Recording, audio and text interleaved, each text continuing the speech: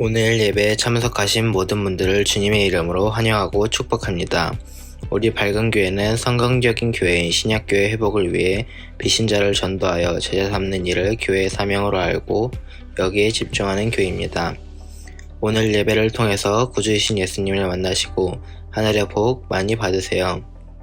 2024년도 표 다 같이 읽겠습니다. 우리의 섬김이 하나님께 영광, 우리에게 기쁨이 되게 하소서. 총목자 모임이 있습니다. 오늘 오후 3시 30분에 있으며 담당은 청미주입니다. 김손성 교수님과 함께하는 폰 말씀 잔치를 이렇게 섬깁니다. 목장별 정식기도 4월 29일부터 5월 3일 저녁 9시, 특별 새벽기도 5월 6일부터 10일 새벽 5시, 집회 5월 10일, 11일 저녁 8시, 12일 주일 1, 2부. 강사는 김순성 교수님이시며 담당은 박혜성 목사님이십니다. 예배 회복이 신앙의 회복입니다. 주일 연합 예배 새로운 시작 영적 재건 10일. 수요일 선교 예배 왜 예수인가 6. 판단을 버리고 분별함으로 죄에서 벗어나라. 설교 동영상을 보며 말씀의 삶을 살려고 노력합니다. 설교 동영상으로 VIP와 결석한 목원들을 섬깁니다. 돕는 기도 부탁드립니다. 교회를 섬기는 모든 팀장과 팀원들에게 지혜와 능력을 부어주셔서 섬김의 열매가 있도록 도와주시옵소서. 목자 목녀와 함께 목장을 세워갈 동역자인 목원들이 평신도 세미나에 참석하도록 은혜를 내려 주시옵소서. 교회의 모든 환우들의 질병을 치료하여 주시옵소서. 교회 부채를 청산할 수 있는 은혜를 부어 주시옵소서. 다음 세대를 세울 수 있는 지혜와 능력을 부어 주시옵소서. 정교인 가정신방과 상공부에 놀라운 은혜를 내려 주시옵소서.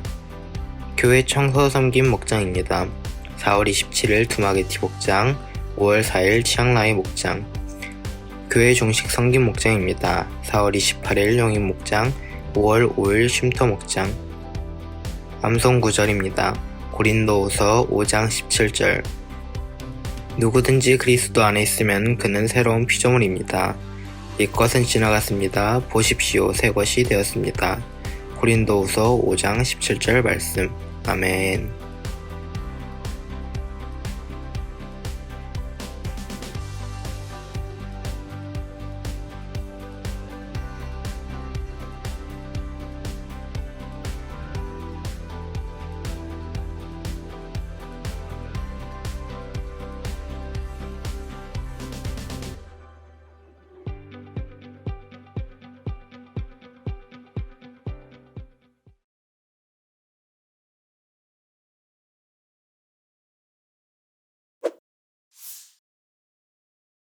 지난주에 저희 딸 보라가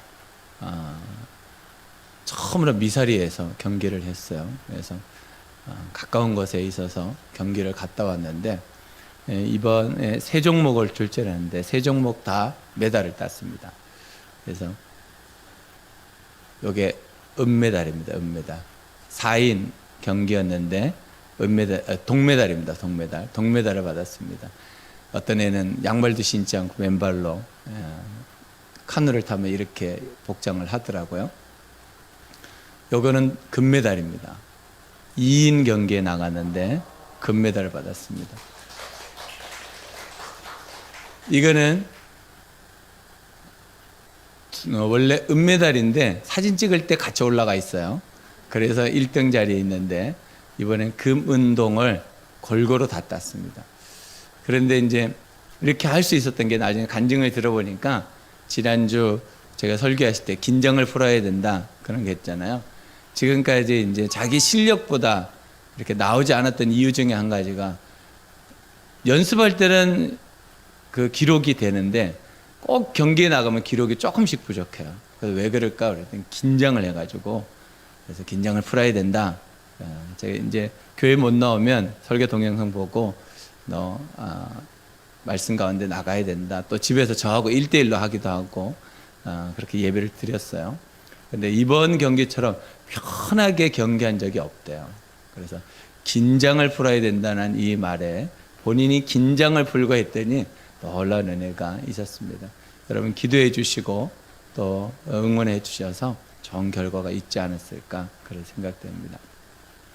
우리가 살다 보면 너무 긴장하면 자기 실력이 안 나와요. 여러분들도 살아가는 그 현장 가운데서 너무 긴장하지 마시고 하나님께서 도와주시겠죠. 그죠? 하나님의 도움이 있겠죠. 하나님께서 우리를 그냥 두지 않으시고 구원하셨다면 하나님 책임지시겠다는 뜻이잖아요. 그러니까 여러분 삶 속에 여러 가지 힘들고 어려운 일이 있죠. 감당하지 못하는 일들도 있고 왜 이런 일이 벌어질까 하는 답답함도 있을 겁니다. 그때 너무 긴장하지 마시고 하나님께 도움을 요청하십시오. 하나님께서 여러분들을 분명히 도와주실 줄로 믿습니다. 이번 한 주간을 살아가면서도 긴장을 풀고 하나님의 도움을 받고 살았으면 좋겠어요.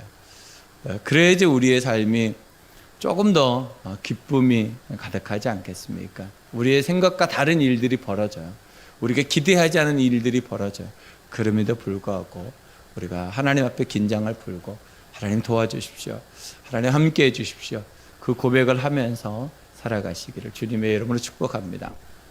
오늘 주제입니다. 새로운 삶은 새로운 가치관이다. 새로운 삶은 새로운 가치관이다. 시작. 새로운 삶은 새로운 가치관이다. 느헤미야가 이제 성벽을 거의 다 완전하게는 아니지만 거의 다 이제 건축했어요. 52일 만에. 그리고 성문들도 거의 다 이제 달았습니다. 그 마무리로 오늘 7장에 보니까 사람들과 부족했던 부분들을 마무리 단장을 하고 있습니다. 뿐만 아니라 성벽을 다 짓고 나면서 느헤미야에게 고민이 있었던 것 같아요. 예루살렘에 질서가 없는 거예요. 질서가 없는 이유는 섬기는 사람들이 제대로 세워 있지 않은 거예요. 그래서 느헤미야는 성벽을 건축하면서 어떻게 하면 우리 이스라엘 사람들을 새로운 삶을 살게 할까? 어떻게 하면 하나님 앞에서 온전한 삶을 다시 회복하며 살 수 있을까라고 두 가지 고민을 같이 했던 것 같아요. 한쪽으로는 성벽을 쌓는 일에 고민을 하고 한쪽으로는 성벽을 분명히 다 건축할 텐데 그 다음 이스라엘을 어떻게 하면 하나님께서 원하시는 그 나라로 다스릴 수 있을까? 이것이 느헤미야의 고민이었던 것 같습니다. 그러면서 느헤미야가 사람들을 세웁니다. 사람들을 세울 때는 두 가지의 기준을 가지고 세운 것을 볼 수 있습니다. 하나는 진실한 사람을 세웠다 이렇게 말합니다. 또 하나는 하나님을 두려워하는 사람을 세웠다 이렇게 말합니다. 느헤미야는 꾸준히 사람을 세울 때 기준을 하나님을 두려워하는 사람이라고 지금까지 세 번째 이야기하고 있습니다. 그러니까 우리가 공동체 안에서 하나님의 사람들을 세워갈 때 기준은요 진실해야 됩니다. 사람들 앞에서 하나님 앞에서 진실한 사람이어야 됩니다. 거짓이 있으면 안 됩니다. 이랬다 저랬다 해서도 안 됩니다. 감정적으로 해서도 안 됩니다. 하나님 앞에서 일꾼으로 서갈 때는 진실한 사람이어야 됩니다. 그렇다고 하면 그런 줄 알고 아니라고 하면 아닌 줄 알고 말씀 앞에서 그렇게 살아가야 됩니다. 그럴 때 하나님을 두려워하는 사람이 되고 그런 사람들이 교회에 세워지고 공동체에 세워졌을 때 그곳에 성령의 역사하심이 드러나게 됩니다. 이것은 느헤미야 때만 그런 것이 아니고 지금까지도 하나님의 말씀 가운데 동일합니다. 그래서 저는 사람들을 지금 2년 이상 섬기면서 사람들을 여럿 세웠는데 세우면서 제 마음 안에 있는 기준은 동일합니다. 진실한 사람, 하나님을 두려워하는 사람. 하나님을 두려워하지 않으면 그 다음부터 자기 목소리가 납니다. 자기 목소리가 나면 하나님을 두려워하지 않는 겁니다. 사람들 앞에서 여론몰이를 하면 진실한 사람이 아닙니다. 이름도 없이 빛도 없이 예수님이 하신 것처럼 그렇게 하는 겁니다. 나에게 맡겨준 일이라면 그것을 우리가 충성이라고 합니다. 드러나지 않아도 누가 알아주지 않아도 그 일을 하는 것입니다. 그랬을 때 우리는 마태복음 6장 33절에 이루어지는 것을 경험하게 될 겁니다. 먼저 그의 나라와 그 일을 구하라. 그리하면 이 모든 것을 너에게 더하여 주시겠다라고 하는 그 말씀이 우리 안에 경험되어지게 한다면 우리는 새로운 가치관으로 살아가야 됩니다. 이전과는 다른 생각을 가져야 됩니다. 내 고집, 내 기준, 내가 살았던 방법 이것도 점점 내려놓으셔야 한꺼번에는 안 될 겁니다. 점점 내려놓으셔야 됩니다. 왜냐하면 공동체를 섬길 때는 내 기준으로 하면 큰일 납니다. 교회의 방향과 교회의 기준과 교회의 존재 목적을 따라서 살아가야지, 내가 생각하는 대로 하면 결국에는 마찰이 생기고 갈등이 생깁니다. 내 뜻대로 안 되면 결국에는 힘들어하고 어려워합니다. 주님께서 우리에게 맡겨주신 대로 우리가 새로운 삶을 살아가는데, 새로운 삶을 산다는 것은 새로운 가치관을 가지고 사는 겁니다. 느헤미야 이전에 예루살렘이 무너지고 사람들이 다 흩어졌습니다. 그리고 다스리는 사람이 없기 때문에 아주 기준이 없이 혼란한 상태, 주먹 센 사람이 권력을 부리는 그런 가운데 이스라엘이 살아갔습니다. 힘없는 사람은 점점 힘이 없어지고 힘 있는 사람은 더 쇄도가 강해지는 그런 일들로 이스라엘이 살고 있었습니다. 느헤미야가 그것을 보면서 안타까워했고, 어떻게 하면 다시 질서를 잡고 하나님 앞에 예배하고 제사를 드리며 하늘의 복으로 살아가는 백성으로 세워갈까? 느헤미야의 고민은 그것이었습니다. 그래서 느헤미야는 새로운 질서에 대해서 이야기하고 새로운 가치관을 백성들에게 안내해 주면서 그 대표적인 것이 사람을 세우는 겁니다. 사람을 세울 때 어떤 사람을 세우는 것을 보면, 이분이 앞으로 우리나라를 어떻게 이끌어갈 것을 알게 되는 것이죠. 그것이 진실한 사람, 하나님을 두려워하는 사람이었다는 것. 그렇다면 앞으로 이스라엘은 하나님 앞에서 그렇게 되어질 겁니다. 진실한 사람들로, 하나님을 두려워하는 사람들로 가득한 나라가 될 것입니다. 그랬을 때 이 땅에서 하나님께서 복도 주시지만 하늘의 복으로 충만케 하신다는 것을 우리가 믿어야 하는 것입니다. 예수님을 믿습니다. 예수님을 믿는다는 것이 무엇입니까? 그것은 내가 새로운 가치관을 가지고 산다는 겁니다. 이전에 내가 가졌던 가치관이 아니고, 세상 사람들이 말하는 그런 가치관이 아니고, 나의 가치를 예수께 두는 겁니다. 내 인생의 전부를 예수님께 두고 사는 것이 예수 그리스도를 믿는 바로 그리스도인입니다. 그리스도인의 가치관은 예수입니다. 다른 것이 아닙니다. 예수가 우리의 가치가 아니고 우리의 기준이고 우리의 방향이고 우리의 목표입니다. 예수가 아니라면 우리가 무엇 때문에 이 장소에 이렇게 예배드리고 있겠습니까? 예수 때문에 우리는 헌신하고, 예수 때문에 우리의 삶을 살고, 예수 때문에 소망을 가지고 살아가는 것입니다. 예수님이 아니라면 우리는 아무런 소망도 없고 희망도 없고, 우리가 지금 살아가는 것은 바울이 말한 것처럼 헛되고 헛된 것입니다. 예수님이 우리의 가치관입니다. 그래서 예수님께서 말씀하신 대로 우리가 살아가 보자는 것, 서로를 섬기면서 서로를 도와주면서 해보자는 겁니다.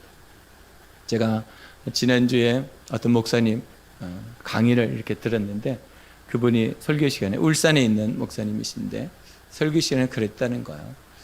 여러분, 하나님이 우리가 기도해도 잘 응답도 안 해주고, 우리가 도와달라 그래도 우리가 원하는 때 잘 도와주지도 않고, 참 우리가 예수를 열심히 믿으려고 하는데 그분이 우리가 함께 하는 것 같지도 않고, 그러니까 우리끼리 서로 사랑하면서 우리라도 서로 도와주면서 재미있게 삽시다. 하나님 이왕 우리 안 도와주고, 이왕 우리 응답 안 해주고 우리와 함께 안 하시는 것 같으니까 우리라도 도와주고 우리라도 섬겨주고 우리라도 같이 행복하게 기쁨으로 재밌게 살아봅시다. 그랬더니 성도들이 아멘 그랬다는 거예요. 저는 그 강의 내용을 들으면서 그렇다라는 생각을 했습니다.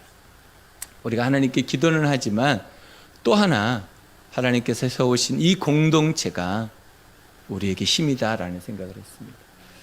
여러분, 예수님이, 여러분 그렇지 않나요? 여러분들에게 잘 응답하시나요? 저는 하나님이 참, 저 지난주도 짜증난다는 얘기를 했지만 잘 응답을 안 하시더라고요. 제가 원하는 그때 그 모양으로. 그래서 그분의 말씀이 공감이 되더라고요.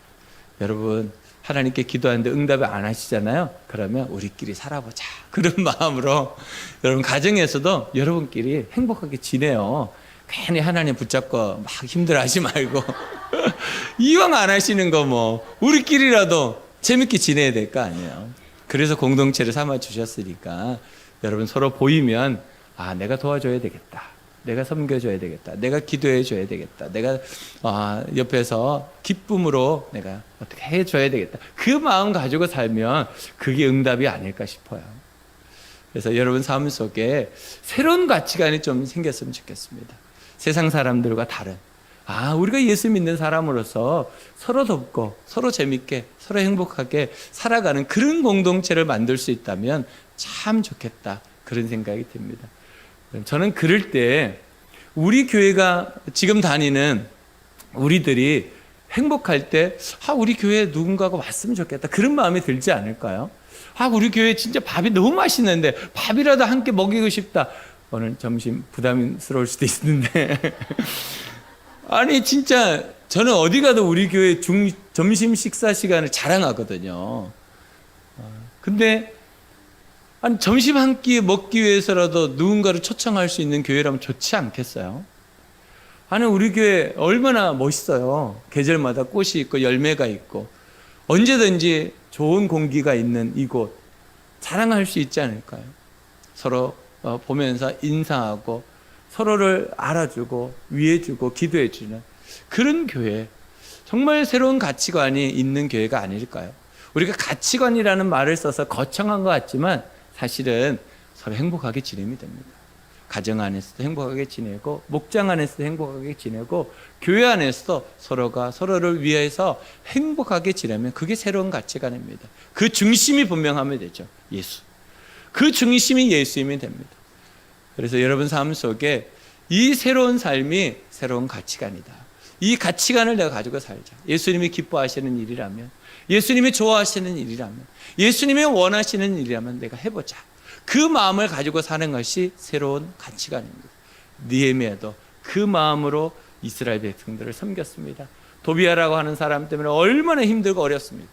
그럼에도 불구하고 멈추지 않습니다. 왜냐하면 하나님이 원하시는 일이기 때문에, 백성들이 기뻐하시는 일이기 때문에, 하나님께서 나에게 말씀하셨던 일이기 때문에 그 일을 묵묵하게 충성하고 있는 것입니다. 왜요?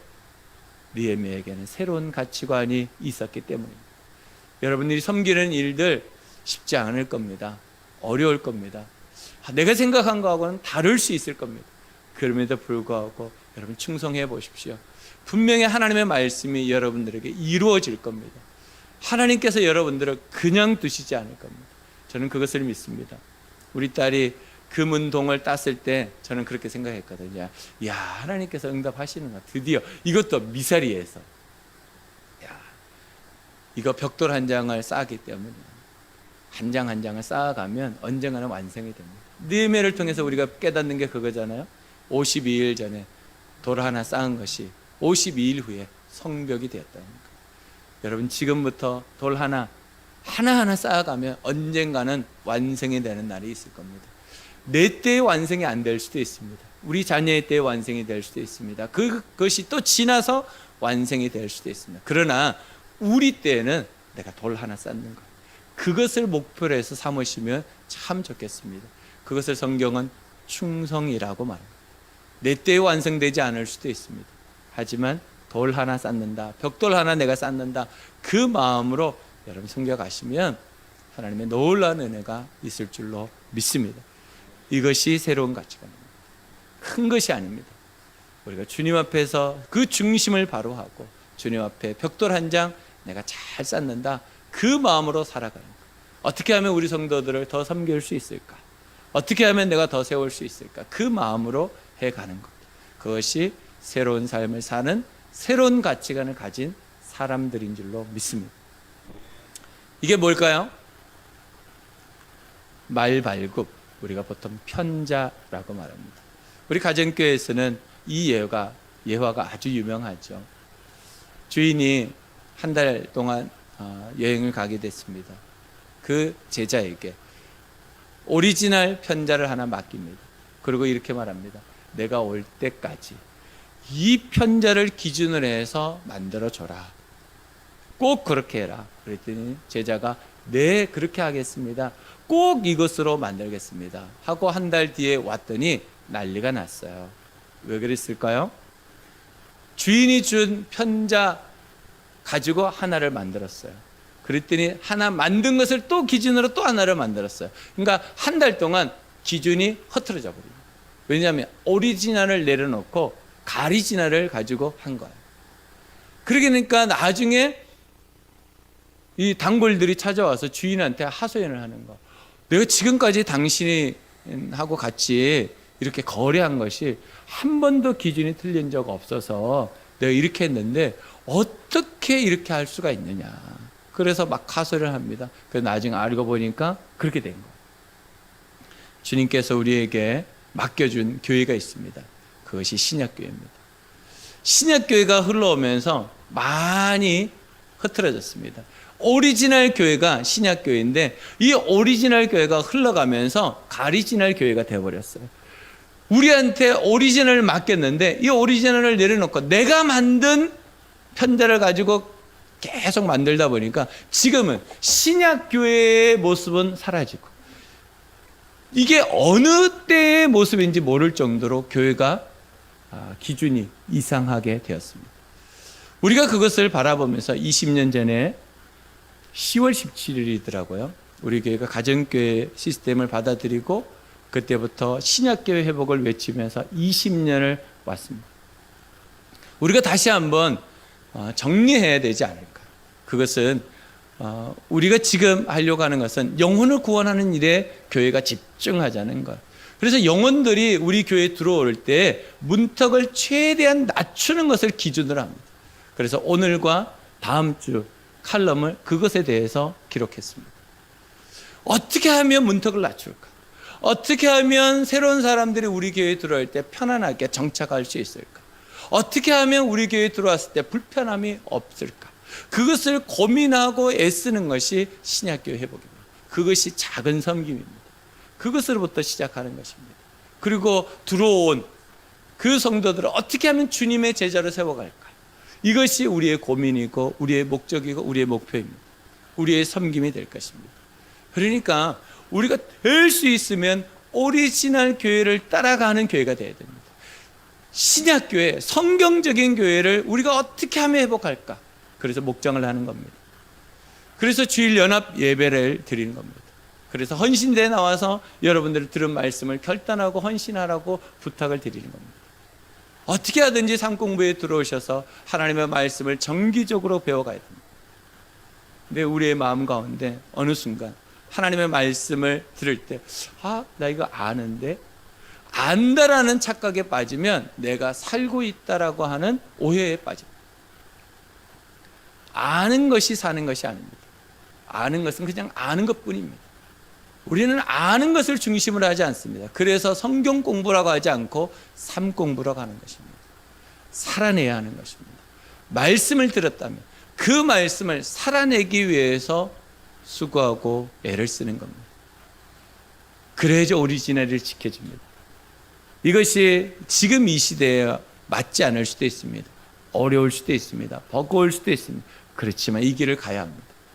그럴 때 하나님께서는 우리에게 잘했다, 작은 일에 충성한 종아라고 칭찬할 것입니다.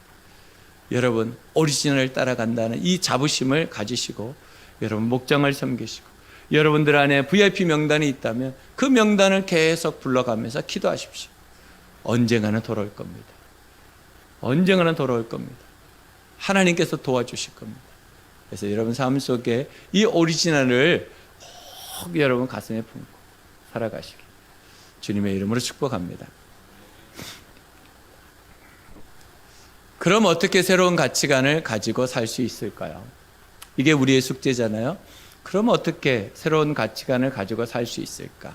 오늘 본문 느헤미야 7장 1절부터 3절에는 두 가지로 우리에게 잘 안내해 주고 있습니다. 첫 번째는 사람 세우는 기준이 분명해야 합니다. 사람 세우는 기준이 분명해야 합니다. 시작. 사람 세우는 기준이 분명해야 합니다. 새로운 가치관으로 산다. 그렇다면 사람 세우는 기준이 분명해야 됩니다. 사람 세우는 기준이 이랬다 저랬다 하면 안 돼요. 성경에서 말씀하시는 대로 사람을 세워가야 됩니다. 느헤미야가 두 사람을 특별하게 세웁니다. 그 한 사람은 느헤미야의 아우, 하나님 때문에 느헤미야가 예루살렘 상황을 알게 됐고 울면서 기도했잖아요. 그리고 자기의 지금 누리고 있는 것들을 다 내려놓고 예루살렘으로 왔던 겁니다. 근데 하나니라고 하는 사람이 괜찮은 사람이에요. 이게 세습의 문제가 아니고 또 자기들끼리 뭘 해먹는 것이 아니고 하나님에게 있는 마음, 진실한 마음, 하나님을 두려워하는 마음, 이것이 있었다는 것. 또 한 사람은 성체지휘관 하나냐입니다. 하나냐. 이 사람에게 예루살렘 경비를 맡깁니다. 그런데 하나냐를 특별히 구분해서 설명해 주고 있는데 이렇게 말합니다. 진실한 사람이고 남다르게 하나님을 두려워하는 사람이었다, 이렇게 말합니다. 여러분, 우리가 하나님 앞에 살아갈 때 똑같이 우리가 교회를 섬기지만 우리가 가져야 될 마음이 그렇습니다. 여러분 자신한테 물어봐야 됩니다. 나는 진실한 사람인가? 정직한 사람인가? 내가 거룩함을 추구하고 있는 사람인가? 하나님 말씀대로 살려고 내가 예를 쓰고 있는 사람인가? 노력하고 있는가? 1% 내가 달라지고 있는가? 작년하고 올해가 내 언어가, 내 말이, 내 혀가 많이 바뀌어 있는가? 내 생각이 어떻게 하면 주님이 기뻐하시는 일을 하려고 하는 사람인가? 이게 진실한 사람입니다. 진실한 사람은 주님께서 원하시고 주님께서 기뻐하시고 주님께서 나에게 바라시는 대로 살아가는 사람이 진실한 사람입니다. 그래서 우리가 그 생각을 가지고 살아가는 것. 하나님을 두려워하는 사람은 무엇입니까? 하나님께서 하지 말라는 것은 하지 않는 것, 하나님께서 하라고 한 것은 하는 겁니다. 그래서 우리가 단순한 성경 해석을 추구하잖아요. 성경이 그렇다고 하면 그런 줄 알고, 아니라고 하면 아닌 줄 알고, 하라고 하면 하고, 하지 말라고 하면 안 하고, 그것을 우리는 추구합니다. 그것을 다른 말로 하나님을 두려워하는 사람이다, 이렇게 말합니다. 여러분, 하나님을 두려워하는 것이 어렵지 않습니다. 제가 한번 하나님을 두려워한다는 말에 대해서 설명을 해드렸지만 이것은 공포스러운 가운데 하나님을 대하는 것이 아닙니다. 하나님을 극진히 사랑하다 보니까 그분이 내가 어떤 행동을 한 것 때문에 손상을 입을까 봐 내가 조마조마하는 마음으로, 그분 앞에서 될 수 있으면 그분을 손상시키지 않고 살려고 하는 마음으로 살아가는 마음, 그것을 두려운 마음이다, 이렇게. 나 때문에 주님이 욕먹지 않고, 나 때문에 주님께서 칭찬받고 영광을 받도록 내가 섬기는, 그것이 두려움입니다. 그러니까 우리가 교회 안에 쓰든지 일터에 쓰든지 가정에 쓰든지 나로 인해서 하나님이 영광 받으시도록 섬기는 삶, 그것이 하나님을 두려워하는 삶인 것입니다. 그러니까 우리는 구체적으로 우리의 삶의 헌신을 세 가지로 우리 교회는 같이 나누었죠. 마음을 헌신합니다, 재정을 헌신합니다, 시간을 헌신합니다. 이 세 가지를 가지고 구체적으로 나를 살펴봐야 돼요. 나는 지금 마음을 가지고 하나님을 헌신하고 있는가? 교회를 섬기고 가정을 섬기고 일터를 섬기고 있는가? 내가 재정을 다해서 하나님을 섬기고 교회를 섬기고 목장을 섬기고 일터를 섬기고 가정을 섬기고 있는가? 내가 시간을 다해서 하나님을 섬기고 내가 목장을 섬기고 교회를 섬기고 일터를 섬기고 내 주변에 있는 가족들을 섬기고 있는, 자기의 삶 속에서 내가 지금 하나님을 두려워하는 삶을 실제로 헌신으로 보여주고 있는가? 그것을 우리는 항상 살펴보아야 하는 것입니다.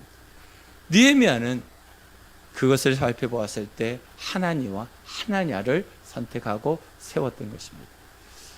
우리가 올해 8월이 되면 장로 공천위원회가 발족이 되고 장로를 세우는 일을 광고하게 됩니다. 그리고 10월에 투표하게 됩니다. 그리고 내년 4월이나 5월에 안수하게 됩니다. 이 과정들을 합니다. 이것은 재작년부터 제가 기도하고 작년에 명예장로님들을 세운 이유도 그것 때문입니다. 두 분한테 제가 세우면서 부탁을 드렸어요. 내후년에 장로님들이 세우려고 그러는데 두 분이 공천위원으로, 인선위원으로 섬겨달라. 내가 났으면 이게 또 사람들이 오해할 수 있는 것이 될 수 있기 때문에 제가 나서지는 않겠습니다. 기준은 제가 정해드립니다. 안내해드리겠지만 섬기는 것은 두 분이 섬겨주십시오. 그래서 두 분이 지금 기도하고 있습니다. 그때부터 지금, 그래서 제가 중간중간 기도 제목을 보내드리고 섬기고 있습니다. 우리 교회를 세울 때 여러분들이 질문해야 될 한 질문, 그것은 뭐냐면 하나님께서 원하시는 사람입니까? 이 질문을 하고 투표하셔야 됩니다. 하나님께서 정말 원하시는 사람입니까? 몇 분을 세우냐면 3분을 세웁니다. 왜냐하면 이건 법적으로 3분을 세우게 되어 있습니다. 세례교인 25인에 1명 장로를 세울 수 있습니다. 그래서 우리 교회는 세 분의 장로님을 세울 수 있습니다. 그래서 20년 동안 우리가 장로님을 세우지 못한 아픈 역사가 있잖아요. 그것을 이제 끊어야 됩니다. 이제 그만해야 됩니다. 그래서 기도하고 있습니다. 여러분, 투표하실 때 진실한 사람, 하나님을 두려워하는 사람, 이것을 우리가 이렇게 질문해야죠. 하나님, 이 사람을 원하십니까? 하나님이 이 사람을 원하십니까? 라고 여쭤보고 기도하고 세워가야 됩니다. 그렇지 않으면 냉정하게 투표하지 마십시오. X라고 하시면 됩니다. 이름에다가 크게 X라고. 저는 우리 교회가 다시 한번 하나님이 주시는 부흥의 역사가 있으리라고 생각합니다. 사람을 세울 때 가장 힘들고 어려운 일이죠. 하지만 우리가 그 일을 해가야 합니다. 그래야지 우리 교회가 규모 있는 교회가 되고, 우리 교회는 지금 미조직 교회입니다. 조직 교회가 아닙니다. 장로님들이 세워져야지 조직 교회가 됩니다. 그래서 지금까지 기도하면서 기다려주신 여러분들이 너무나 감사하고, 이제 때가 되어서 우리가 사람들을 세워갈 텐데, 여러분께서 정말 이 기준을 따라서 여러분 기도하시고 투표하시면 좋겠다. 그리고 당연히 나는 되겠지, 그거 아닌 것 같아요. 하나님께서 원하시는 대로 하는 것 같아요. 그러니까 그 부분에 우리가 더 기도하고 섬겨가야 되겠다라는 생각합니다. 이 기준을 신약에서는 이렇게 말합니다. 사도행전 6장 3절 같이 읽겠습니다. 그러니 형제 자매 여러분, 신망이 있고 성령과 지혜가 충만한 사람 7을 여러분 가운데서 뽑으십시오. 그러면 그들에게 이 일을 맡기고. 어떤 사람을 뽑아요? 성령과 지혜, 신망이 있는 사람, 진실하고 하나님을 두려워하는 사람. 이 사람들을 세워서 7 집사. 이제 침례교회에서는 안수 집사가 우리의 장로입니다. 안수에서 세운 사람들입니다, 이 사람들. 그래서 우리가 사람들을 세울 때 이 기준이 분명해야 합니다. 이것 외에 우리가 또 다른 기준들이 있지만 이 기준을 따라서 우리가 사람들을 세워갈 겁니다. 여러분 삶 속에 신망이 있는 누구에게든지 믿음이 있고 괜찮은 사람, 믿을 만한 사람, 이 사람 정말 믿을 만한 사람이다. 내가 지금까지 같이 사역하고 교회를 섬겨봤는데 편치 않는 사람이다. 충성하는 사람이다. 정말 진실한 사람이다. 성령과 지혜가 충만한 사람, 정말 하나님을 두려워하면서 하나님 앞에 기도하면서 감당한 사람이다. 그러면 하나님께서 이 사람은 필요한 사람이다 라고 생각합니다. 그러면 여러분 투표하시면 됩니다. 앞으로 우리가 교회가 세워지면서 이 기준을 가지고 세워야 됩니다. 느헤미야가 사람들을 세웁니다. 새로운 가치관이 있다는 것은 성경적으로 하나님이 원하는 사람을 세우는 겁니다. 저는 우리 교회가 그런 가치관을 가지고 하나님의 사람들이 세워졌으면 좋겠습니다. 여러분들이 그런 마음을 가지고 교회를 섬기시고 세워가셔서 앞으로 계속 하나님의 사람들이 세워질 때 놀라운 부흥의 역사를 함께 경험했으면 좋겠습니다. 하나님께서 우리에게 주실 복을 기대합니다. 여러분 기도해 주시기를 부탁을 드립니다. 두 번째로 우리가 새로운 가치관을 어떻게 우리가 살 수 있는가? 사역을 분담합니다. 사역을 분담합니다. 시작. 사역을 분담합니다. 3절입니다. 나는 그들에게 일렀다. 해가 떠서 환해지기 전에는 예루살렘 성문을 열지 말고 해가 아직 높이 있을 때 성문들을 닫고 빗장을 지르도록 하시오. 예루살렘 성 사람들로 경비를 세우시오. 일부는 지정된 초소에서 일부는 자기들의 집 가까이에서 경비를 서게 하십시오. 느헤미야는 하나니나 하나냐 외에도 수많은 사람들을 세웁니다. 왜 세우는가? 사역을 분담하기 위해서입니다. 느헤미야 혼자서도 안 됩니다. 하나냐도 되지도 않습니다. 그러니까 각 지역, 각 방향, 각 장소마다 사람들을 세워서 함께 사역을 분담합니다. 우리가 사역 분담에 대해서는 말을 많이 들었습니다. 그런데 신약에만 그 얘기가 있는 것이 아니고 구약에도 여전히 하나님께서는 사람들을 세우시고 그 사람들과 함께 사역을 분담해서 공동체를 이루어가기를 원하십니다. 그러니까 우리가 지금 사역을 분담해서 하고 있는 것이죠.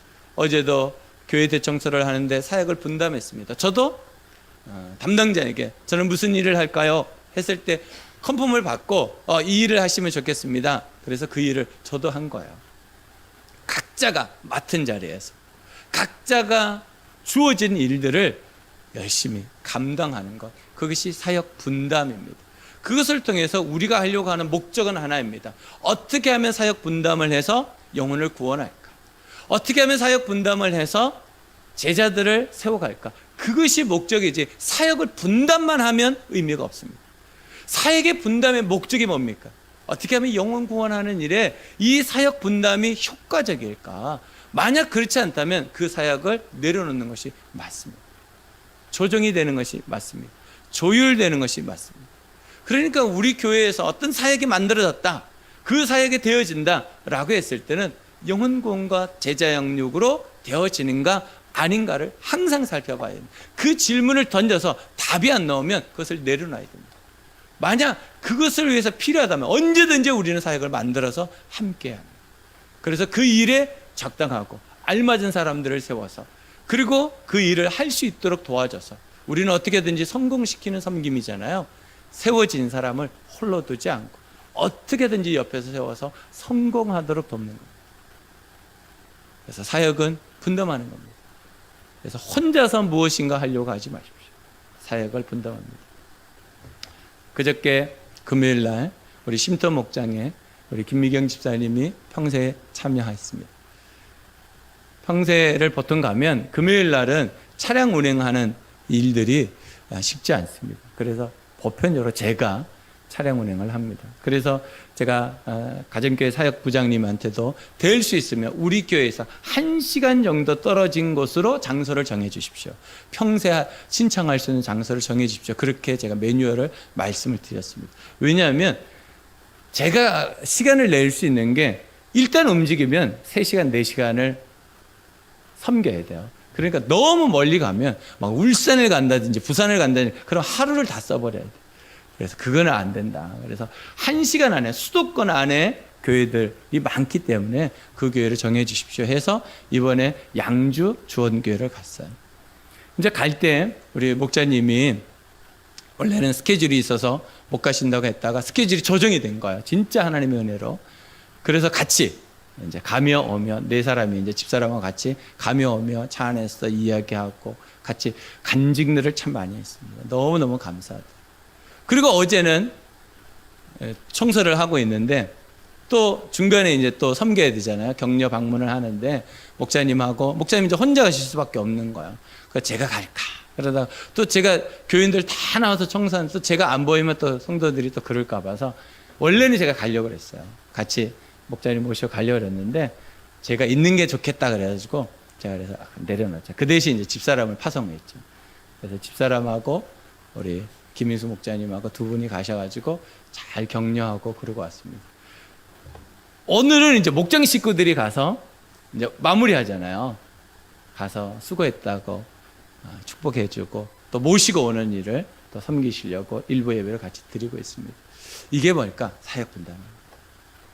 우리가 무엇을 하든지 같이 섬겨서 성공시켜 준다면 그 일을 내가 조그만 부분이라도 같이 하는 거야. 그럴 때 빈틈이 줄어듭니다. 그럴 때 누군가가 너무 힘든 일이 줄어들 겁니다. 사역 분담은 훈련을 통해서 되어집니다. 한 번에 안 됩니다. 시간이 필요합니다. 과정이 필요합니다. 훈련이 필요합니다. 계속 매뉴얼을 만들고 어떻게 하면 더 좋을까? 그래서 처음 하시는 분들이 어렵습니다. 왜냐하면 개척해야 되기 때문에. 그래서 여러분 처음 목장 시작했던 분들은 무조건 칭찬받으셔야 돼요. 왜냐하면 모델이 없었잖아요. 우리 교회 안에 모델이. 근데 나중에 하시는 분들은 모델이 있잖아요. 물어볼 수도 있잖아요. 예전에는 그런 분들이 없었어요. 그러니까 좌충우돌하고 시행착오하고 얼마나 힘들었는지 몰라요. 그런데 그것이 20년이 지나니까 이 노하우가 쌓여가지고 이제는 누구에게 물어봐도 이렇게 하면 되더라. 이렇게 하니까 참 좋더라. 그렇게 얘기할 수 있는 사람들이 많아졌어요.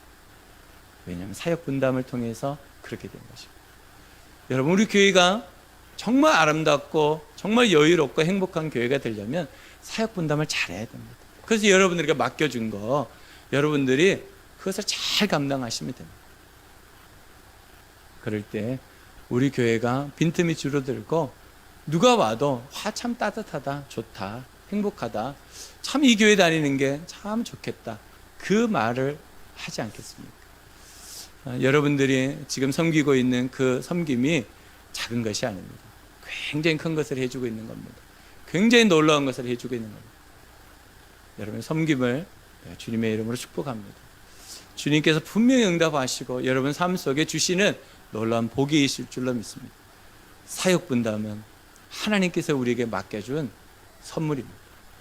그 선물을 잘 누리시고 하늘의 복을 누리시기를 주님의 이름으로 축복합니다. 에베소서 4장 11절 12절 말씀을 보겠습니다. 그분이 어떤 사람은 사도로, 어떤 사람은 예언자로, 어떤 사람은 복음 전도자로, 또 어떤 사람은 목사와 교사로 삼으셨습니다. 그것은 성도들을 준비시켜서 봉사의 일을 하게 하고 그리스도의 몸을 세우게 하려고 하는 것입니다. 이것이 우리가 사역 분담의 요절입니다. 우리가 왜 사역 분담을 하는가? 주님께서 이것을 원하셨어요. 그래서 각자의 자리에서 각자의 일을 각자의 능력으로 해가는 것입니다. 그래서 여러분 누군가가 그 일에서 좀 부족하다 그래도 그런 줄 알고 넘어가 주세요. 왜 이렇게 했어? 그렇게 하지 말아 주십시오. 그분은 그분 나름대로 최선을 다한 거예요. 그래서 여러분들이 부족하다 싶으면 여러분들이 좀 도와주세요. 그러면 더 아름다워지지 않겠습니까? 제가 교회를 섬길 때 사각이 있어요. 제가 못 보는 부분들이 있어요. 그러면 저한테 얘기해 주세요. 목사님, 이거는 이렇게 하시면 더 좋겠습니다. 제가 될 수 있으면 여러분들이 말씀하신 것들을 수용하고 그 일들을 그렇게 하려고 노력할 겁니다. 사역을 분담하기 위해서입니다. 그래서 저 혼자 무엇을 하지 않습니다. 그러니까 우리 교회에 뭘 하든지 담당자가 세워져서 하잖아요. 그래서 같이 기도하면서 해가는 겁니다. 왜냐하면 성경이 우리에게 그것을 요구하고 있고 말씀하고 있기 때문입니다. 그럴 때 그리스도의 몸을 세우게 하라는 거예요. 왜 사역 분담하는가? 그리스도의 몸이 교회를 세우기 위해, 교회 공동체를 건강하게 세우기 위해서 우리가 사역 분담을 하는 겁니다. 여러분들 맡은 그 사역이 작은 일이 아닙니다. 굉장히 하나님이 중요하게 생각하시고 좋아하는 일, 그 일 가운데 놀라운 은혜가 있기를 주님의 이름으로 축복합니다. 그래서 새로운 가치관을 가진 사람들은 어떻게 살아갈까? 성경을 읽다 보니까 베드로가 우리에게 아주 좋은 지혜를 나누어주는 것을 발견했습니다. 베드로전서 3장 15절입니다. 같이 읽어요. 여러분의 마음속에 그리스도를 주님으로 모시고 거룩하게 대하십시오. 여러분이 가진 희망을 설명하여 주기를 바라는 사람에게는 언제나 답변할 수 있게 준비해 두십시오. 그래서 제가 이것을 정리를 이렇게 했습니다. 새로운 가치관을 가진 자의 삶, 첫 번째는 예수님을 구주와 주인으로 믿고 사는 겁니다. 새로운 가치관을 가졌다는 것은 예수님을 나의 구주와 주인으로 믿고 사는 겁니다. 두 번째는 낮은 자를 섬기는 거룩한 삶을 사는 겁니다. 우리가 거룩하게 대한다라고 했을 때는 기준이 있어야 됩니다. 그것이 낮은 자를 향한 마음입니다. 낮은 자를 향해서 거룩한 삶을 살아가는 것이 하나님이 원하는 거룩입니다. 그래서 성경은 우리에게 말씀하시죠. 경건하게 살려고 하는 사람은 과부와 나그네와 약하고 힘없고 낮은 자를 섬기는 것이다, 이렇게 말합니다. 그러니까 우리가 낮은 자를 향해서 가지는 거룩한 삶, 이것이 새로운 가치관을 가진 사람입니다. 마지막으로 복음이 없는 사람에게 간증으로 섬깁니다. 언제든지 그들이 요구되는 삶 속에 간증하는 거예요. 간증은 우리가 거창하게 신학을 하지 않아도, 성경을 깊이 배우지 않아도 할 수 있는 무기가 뭐냐면 간증입니다. 경험이다. 내가 예수 믿어보니까 이렇더라. 내 삶 속에 이런 일이 벌어지더라. 내 주변에 이런 사람들이 있더라. 그것이 우리가 해가야 될 일입니다. 지난주에 돕는 기도팀에 올라온 기도 제목들이 있었습니다. 긴급하게 올라온 기도 제목이었습니다. 그런데 그 기도 제목을 보면서 한쪽으로는 안타깝고 한쪽으로는 참 감사했습니다. 그것은 무엇이냐면 영혼을 구원하기 위해서 먼 거리를 떠나는데 기도해 주십시오. 내가 복음을, 짧은 시간이지만 복음을 전할 수 있게 해달라. 또 어떤 권사님이 기도 제목을 올렸어요. 어머니가 너무나 다쳐가지고 내가 그 어머니한테 기도를 하는데 내가 임종전 기도를 계속 해야 되는데 내가 그것을 잘할 수 있도록, 왜냐하면 어머니가 예수님을 안 믿으니까 어떻게든지 예수님 믿게 하려고 기도해야 된다. 그 간증들이 올라오더라고요. 그래서 우리가 임종전 기도를 무엇으로 하는가 여러분 기억하시면 도움이 될 것 같습니다. 첫 번째는 예수님은 나의 구주이십니다. 이걸 따라하게 하는 거예요. 예수님은 나의 구주이십니다. 그것을 계속 따라하게 하셔야 돼요. 이게 중요합니다. 왜냐하면 예수님이 나의 구주와 주인이라고 고백하는 게 영접이거든요. 다른 게 아닙니다. 단순하게 이렇게 합니다. 두 번째는 나는 하나님의 아들, 하나님의 딸입니다. 이걸 고백하는 거예요. 소속이 바뀌었다는 거죠. 신분이 바뀌었다는 겁니다. 세 번째는 나는 천국 갑니다. 이 임종전 기도를 우리가 계속 사람들을 만날 때마다 이걸 알려주셔야 됩니다. 그래서 다른 걸 못해도 이 세 가지. 이 세 가지를 할 시간이 없으면 한 가지라도. 예수님은 나의 구주이십니다. 이걸 따라하게 해야 돼요. 그래야지 천국에서 만날 수 있지 않겠습니까? 저는 그래서 우리 교회의 모든 분들이 새로운 가치관을 가지고 천국을 소망하면서 임종전까지도 우리가 영혼을 구원하고 그분들을 주님 앞에 올려드린 그런 삶을 살아갔으면 좋겠습니다. 그래서 우리의 희망이 이 땅이 아니고 천국인 것을 우리가 새로운 가치관으로 증명하면서 소망하면서 살아가시길 주님의 이름으로 축복합니다. 기도하겠습니다.